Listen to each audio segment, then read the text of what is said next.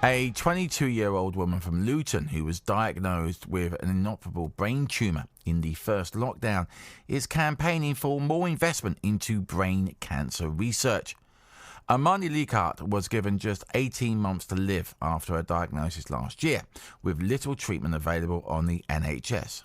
Her family began fundraising for treatment abroad. She's now receiving a trial drug which has been sourced in Germany after raising £100,000 for her treatment. Our reporter Justin Dealey went to meet her. And Amani, you're receiving treatment that your family are paying £4,000 a month for from Germany. That treatment is not available here in the UK. As somebody who's going through this, I can't imagine how frustrating that is to hear that. Yeah, we hold ourselves up as this country that is, so good when it comes to helping people in their darkest hours in terms of health. And it wasn't until I fell ill that I realised that that's not the case, because if the money hasn't been invested and the treatments aren't working, someone needs to explain why that is. We were so lucky that we were able to do the GoFundMe and get the money. So for now, I can afford the treatment. But that isn't the case for a lot of families. They can't afford that. So then what happens? They just have to, they have to accept what they've been told by the doctors. And we don't know if the treatment is going to work for me because everyone's different. But at least even if it allows me to, prolong my life, I'm hoping that by doing interviews like this and, forcing myself to address, as scary as it is, the issue, that with the time I have, that maybe we can help other families because, like we've mentioned with other cancers, before it was seen as a death sentence when you heard that people had cancer. Everyone just thought that was it. But now it's not the same, It's more, not that that makes it okay, it's common, but people aren't as frightened by it because they know that the chances of survival are quite high. But with my cancer, that's not the case. And I just feel like the government's made empty promises. They've said that they're going to invest all this money and they've not done it. And we've just been ignored. And I just feel like, why is it that my life and my cancer, isn't worthy of that money when so many young people especially are dying? We're told that at this age, everyone said to me that these are the best years of your life, you're just at the peak, I was like, just graduated, engaged to be married, and my whole life fell apart. And I just feel like I've been robbed. And maybe, it won't be like that in a few years. That's what I hope anyway. If not for me, then for other families. I think you're amazing. Our listeners will think you're amazing as well. I'm sorry to ask this question, but I think it's relevant as well. You've got all of your family around you who love you to bits, and they will never, ever give up on you. Your father mentioned that you were meant to get married during lockdown, and your fiancé, after the diagnosis, left you.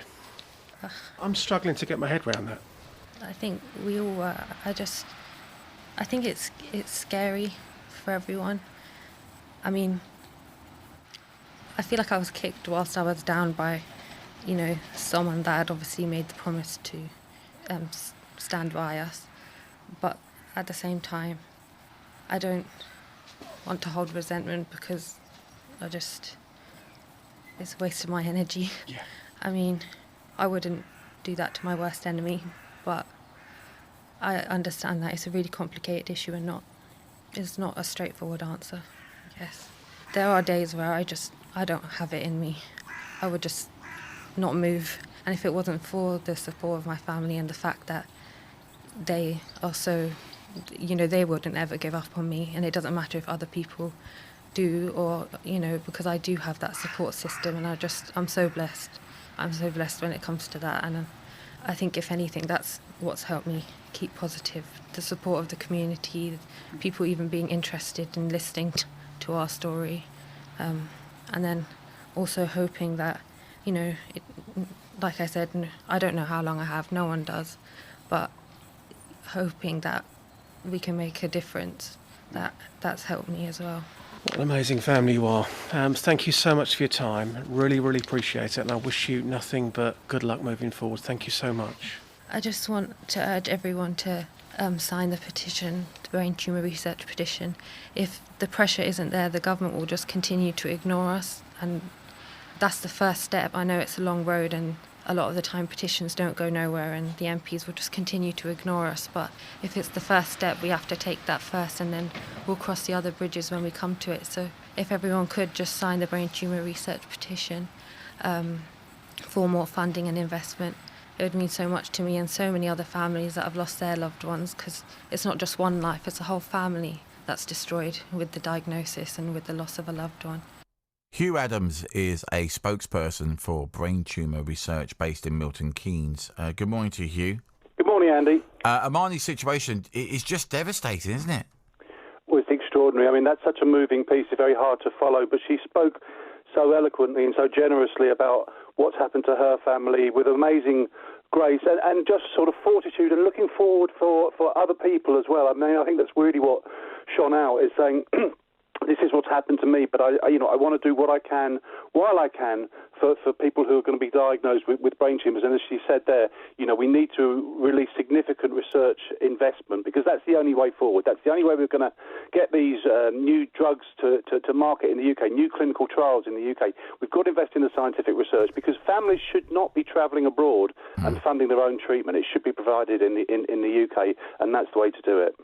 As you said, Amani is supporting your campaign for more money to be allocated to research in brain tumours. And like she says, they're not alone in this. There are families all over the country going through this. So what difference would your campaign make to them? Well, what we know with absolute certainty, Andy, is that if we don't invest in the basic science, we can't move things forward. It's called translational research.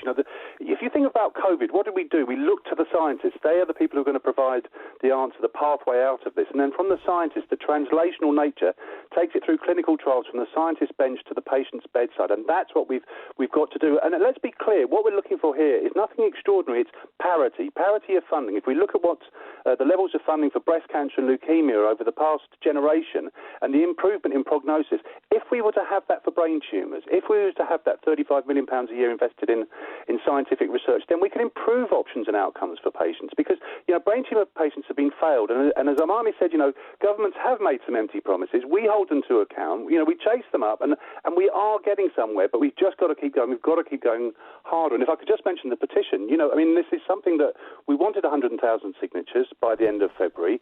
At midnight yesterday, we had 94,000. We were adding 8,000 signatures a day because of families like Amani's being brave enough to stand up and tell their story.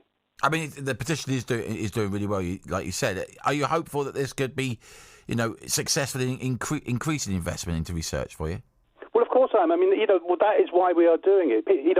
MPs are there to listen and to act on what their constituents want. And if enough people are saying, look, we've had enough, then they must listen. And we've got to propose a pathway through. If we say we want £35 million a year, how do we want it allocated? Where do we want it allocated? What sort of research is important? It's a uniquely complex area, but we've got to be specific, and we can advise on that. So it's working with the government, not just calling on them, working with them. Together will make that difference. And really investment, why isn't there more investment into conditions like Amani's? When you think about some of the advances in other forms of cancer? Well, exactly. I mean, I think this is the thing about momentum, Andy. I think there was investment in breast cancer, which got some progress, and people said, well, if we have a bit more money, we'll get a bit more progress, and that sort of snowballing effect. I think that was something that was important. I think that brain tumours are uniquely complex as well. There are 120 different types, and so sometimes that has perhaps put people off. But we've got to encourage people. The system hasn't been in favour of the mavericks, the risk takers. The system is risk averse, and we've got to challenge that and sort of say, right, if we do what we've always done, we'll get what we've always got. And that's not acceptable. So this is an opportunity now for the public to say we've had enough, and ministers and governments to listen. And let's, we can do something. We've got to move quickly, because time isn't on our side. Where can people find out more once again about the petition and stuff? Very straightforward, Andy. Just go to braintumorresearch.org. The petition's everywhere. #BrainTumour petition is everywhere as well. On social media, so it really isn't difficult to find. But the first place to go to our website, click down on the petition, sign it, let's get this done, because, I want to be talking to you at the beginning of next week and saying, we got that 100,000 signatures. Hugh, I really appreciate your time. Good luck with it all. Thank you so much this morning. Thank you, Andy. Cheers, Hugh. Hugh Adams there, who is a spokesperson for the Brain Tumour Research charity, which is based in Milton Keynes.